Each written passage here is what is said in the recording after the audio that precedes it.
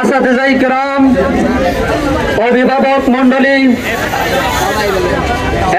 আল আকসা কোনো ইহুদিদের হতে পারে না, আল আকসা কোনো বেঈমানদের হতে পারে না, আল আকসা কোনো নাস্তিকদের হতে পারে না, আল আকসা কোনো মানবের বাচ্চার হতে পারে। ঠিক কিনা বলেন?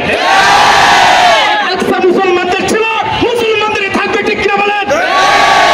আল আকসা মুসলমানদের হাতে ফিরে না আসা পর্যন্ত মুসলমান জাতি শান্তিতে থাকতে পারে না। ঠিক কিনা বলেন?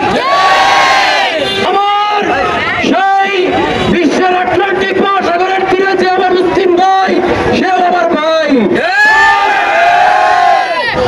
তার গায়ে যদি ভুলের টুকা পড়ে, সেটা আমার গায়ে লাগে।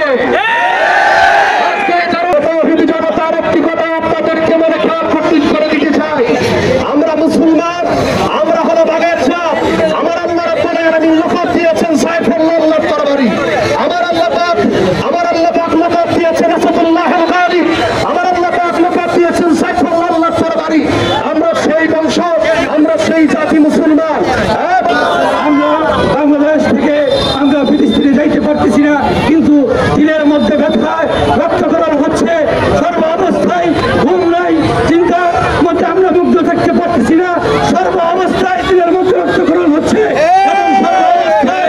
আমরা ফিলিস্তিনদের জন্য দোয়া করতেছি।